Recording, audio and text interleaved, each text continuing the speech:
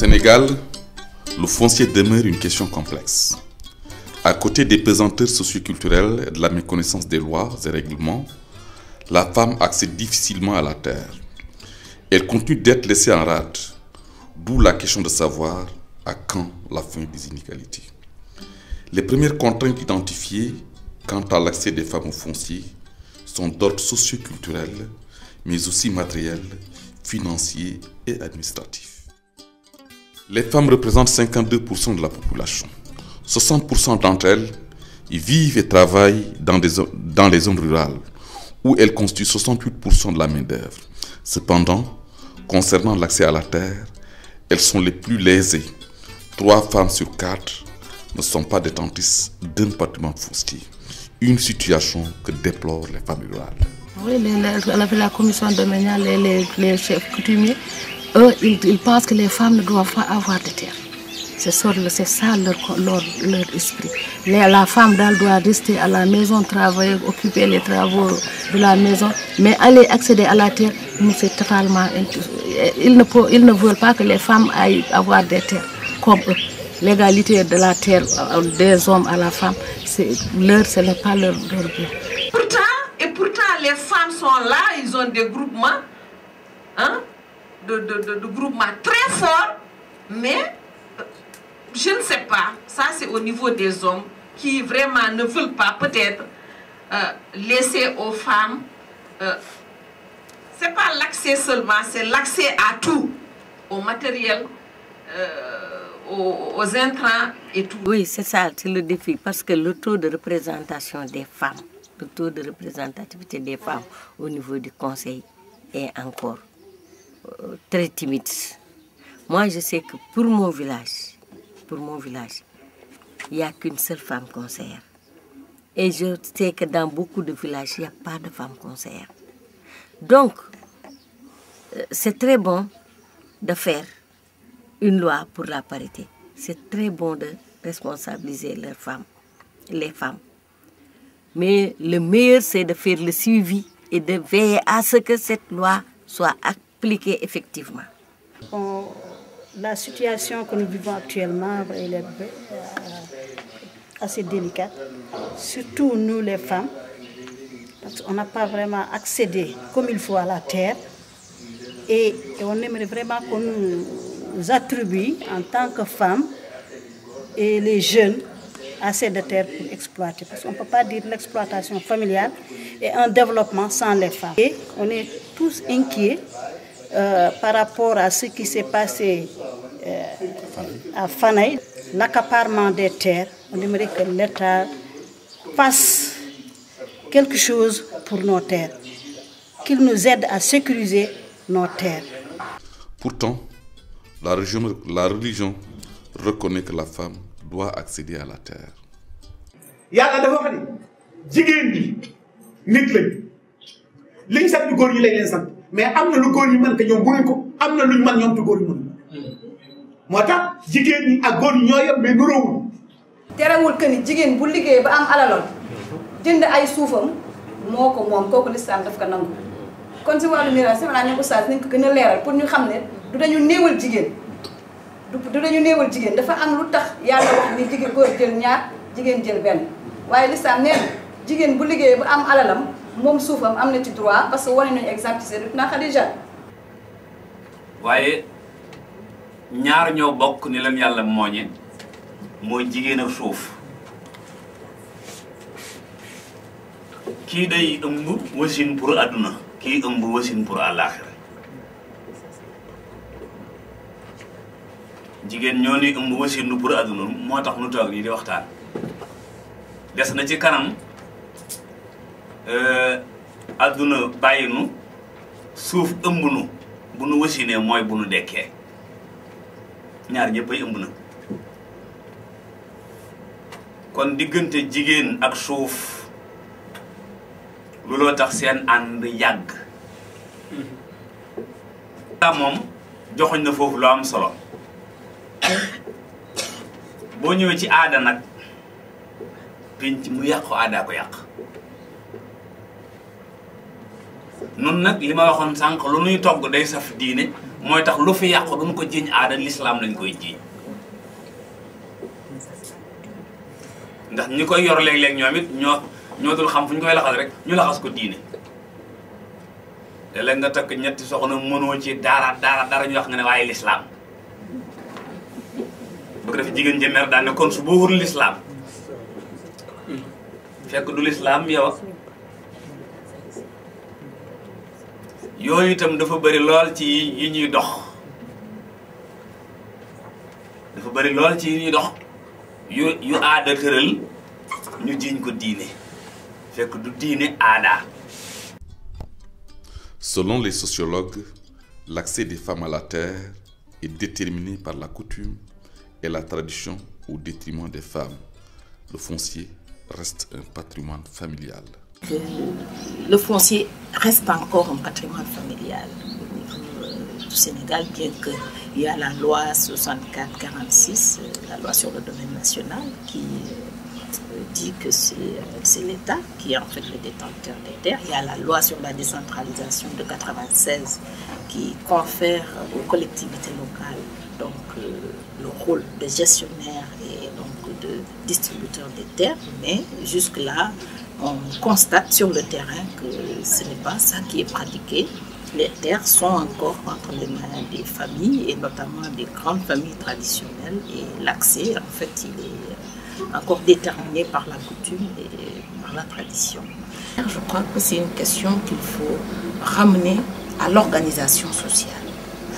Dans la société sénégalaise en général, vous savez que je crois que l'institution qui définit et détermine le rôle et la place des femmes en général, c'est la famille. Et la famille, je pense que c'est une institution qui est dirigée en général par un chef de famille. Et le chef de famille, en général, c'est l'homme. Et c'est ça qui fait que la femme, c'est pas elle qui décide dans la famille. Et comme on l'a dit tantôt, le foncier, c'est un patrimoine familial. Donc vous imaginez un peu donc, comment ça va se passer pour les femmes. Elles vont dépendre du père, ou du mari, du frère et même du fils pour accéder aux terres. Et donc ça veut dire qu'elles vont avoir un accès à travers une autre personne, un accès donc qui est indirect et donc sûrement pas équitable. La loi non plus n'interdit pas l'accès des femmes au foncier. La spécificité de la question du rapport entre l'homme et la terre en Afrique. Le rapport n'est pas simplement un rapport économique. Le rapport n'est pas simplement un rapport d'utilisation de la terre pour en tirer des profits pour la vie. Le rapport est à la fois un rapport mystique, un rapport religieux, un rapport social, avant d'être un rapport politique et économique. C'est pourquoi la question n'est pas simple. C'est très difficile parce que jusqu'à présent, on se cherche. Il y a eu beaucoup de lois. La Constitution de 2001, la loi agro-silvopastorale, depuis longtemps la loi sur le domaine national. Et encore là, mais toujours la question effectivement se pose, on se cherche. Certains disent qu'effectivement il n'y a pas de discrimination du point de vue juridique, du point de vue du droit positif, c'est-à-dire l'ensemble des règles aujourd'hui applicables en droit. Mais d'autres effectivement disent que le législateur effectivement n'est pas explicite par rapport effectivement à ce sujet. Donc c'est un sujet difficile. Aujourd'hui, il existe une dynamique et un consensus politique en faveur de la promotion de la sécurité foncière des femmes par l'égalité des droits au sol, à la propriété et à l'héritage qui se manifeste à travers tout un ensemble effectivement de normes relatives aux droits fondamentaux. Depuis longtemps, on le rappelle souvent, la déclaration des droits de l'homme qui pose la question de l'égalité effectivement entre sexes. On ne peut pas tolérer ces discriminations. Égalité des droits rappelée par la Constitution, égalité des chances. Donc, tous les décideurs aujourd'hui, politiques, économiques, sont tombés d'accord pour dire qu'effectivement, il faut rendre effectif le droit d'accès aux femmes. À la première contrainte qu'il faut effectivement essayer d'évoquer, c'est l'accaparement des organes décisionnels par les hommes, les élites traditionnelles en violation de la légalité juridique. C'est vrai, la loi sur le domaine national, elle est très claire sur cette question, il n'y a pas de discrimination. Si nous prenons exemple la loi effectivement sur la décentralisation, également les règles de jeu sont claires. Il y a égalité des chances. Mais du point de vue de la pratique, aujourd'hui, ce que nous remarquons, c'est que l'accaparement des organes décisionnels par les hommes, donc, empêche effectivement la femme de jouir de tous ses droits. Nous avons un second blocage effectivement important qu'il faudrait soulever. C'est le détournement de la logique de l'État au détriment des droits des femmes. Non seulement, ce n'est pas la loi qui le dit, ça effectivement c'est la réalité. Du point de vue de la loi, on ne saurait, je vous l'ai dit dès le début, sortir aucune discrimination. La loi garantit l'accès à la terre aux hommes et à la femme, comme la Constitution effectivement le précise, et les autres dispositions juridiques. Mais c'est dans la réalité que nous voyons effectivement des stratégies, soit d'accaparement, soit de contournement ou de détournement de la loi, qui exclut effectivement la femme ou qui la maintient dans des positions effectivement inconfortables. Parce que la problématique genre et foncier ne peut pas être traitée isolément. Tant qu'on n'aura pas des hommes qui sont sécurisés, qui se sentent sécurisés, ils n'écouteront pas des gens qui viendront leur dire mais vos femmes doivent être sécurisées. Bon, il y a toujours la possibilité d'ajouter au niveau législatif des dispositions ponctuelles en faveur des femmes, sans réforme foncière, donc des choses très ponctuelles de discrimination positive en faveur des femmes, comme par exemple décider, ça s'est fait dans certains pays, décider que à partir de maintenant, si l'État aménage des terres, il va réserver tel pourcentage des terres aux femmes. C'est des choses qui se sont vues déjà au Mali ou au Burkina Faso. Mais ça ne résoudra pas la question, ça résoudra la question très ponctuellement dans des zones où il y a des terres qui sont aménagées par l'État.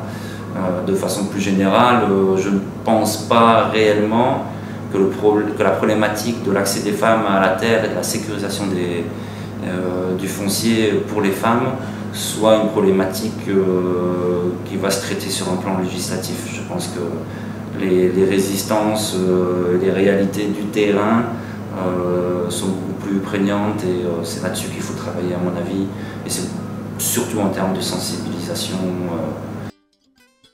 Pour que l'on respecte la loi du domaine national, c'est autre chose. Nos propres idées, c'est que cette loi moderne, peut-être les modernise, mais elle nous appauvrit, nous. Et on ne l'a pas accepté. On ne va pas l'accepter aussi. C'est sûr que tout le Fouta ne va pas l'accepter. Ils sont dans leur bureau, faire du n'importe quoi, et ils ne sont pas allés à la source. Ils ne sont pas allés à la source. S'ils venaient à la source, ils sauront que cette loi n'est pas faite pour ces pauvres gens, à coup sûr. Et les gens ne l'accepteraient pas. C'est pour des intérêts personnels. Et si les gens récupèrent leurs terres, bon, c'est au détriment de ces populations. Les populations n'auront pas de quoi vivre, de quoi survivre. Sabu minen komin jogui ko ɗo soko feccama e yimɓe wonɓe ɗo ɓe goto fof heeɓi hen goto fof heeɓi hen ala ko heddoto. Bon, il dit que les terres que nous détenons, si on les partage, chaque individu prend sa part, il ne reste rien. ɗum ɗon noon tawde mbeɗa min jogui nden fayre min jaɓata neɗɗo goɗɗo ƴetta e leydi he ko foti ni. Donc pour lui, il n'est pas question qu'une tierce personne vienne pour récupérer et pour prendre une partie des terres. Sabu so leydi ndi yeehi kamɓene ɓe jahata ko ɓe jiiloyo. Parce que s'ils prennent les terres des populations, ces populations aussi vont ailleurs pour chercher d'autres terres. Que je reviendrai sur la réforme foncière. Je crois qu'il faut une réforme, mais une réforme faite à partir d'un processus, comme je l'ai dit tantôt, réellement participatif, où l'on retourne dans les localités et que l'on tienne compte des réalités dans la vallée, par exemple, dans la zone des Niayes, dans la zone de Koussanar, en Casamance, qu'on travaille avec les communautés qui sont là et qui sont en fait les producteurs et que l'on travaille avec eux dans une perspective d'un partage démocratique et d'un accès équitable par rapport au foncier. Le constat qu'on fait, c'est que ça a toujours été fait comme ça, et aujourd'hui, on a peut-être 4-5% des producteurs ruraux qui ont un document de sécurisation foncière en Afrique de l'Ouest.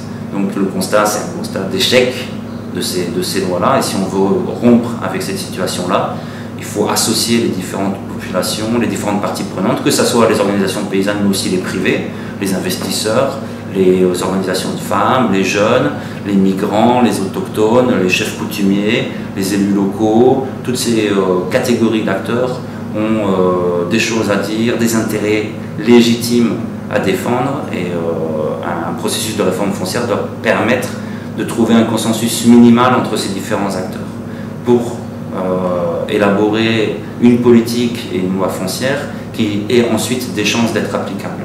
Si on élabore des politiques et des lois sans tenir compte de ce que pensent les gens, on aura élaboré des politiques et des lois mais qui ne vont pas se mettre en œuvre. Sur le plan foncier, c'est très clair.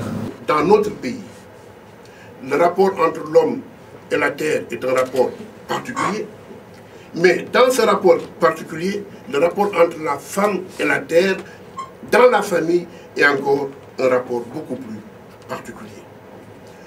Toute réflexion, toute réforme sur le sujet ne doit pas simplement convoquer des connaissances techniques, c'est-à-dire des compétences législatives, au sens technique du terme. Toute réflexion sur le terme ne doit pas convoquer simplement des considérations économiques. On a aujourd'hui l'habitude de considérer la terre comme n'importe quel facteur de production. Et le rapport qu'on doit entretenir avec ce facteur de production, c'est simplement des rapports de rentabilité. Je crois que pour nos sociétés, il ne peut en être ainsi.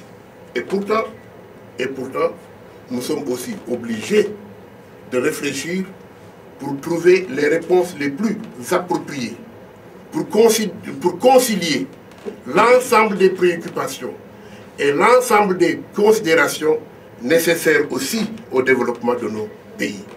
C'est pourquoi le sujet doit être abordé avec sérieux, avec profondeur, pour que les réponses que nous pourrons apporter et qui pourront être traduites par la suite en normes législatives ou réglementaires soient les plus appropriées à la réponse qu'il faut dans nos sociétés par rapport à nos spécificités propres.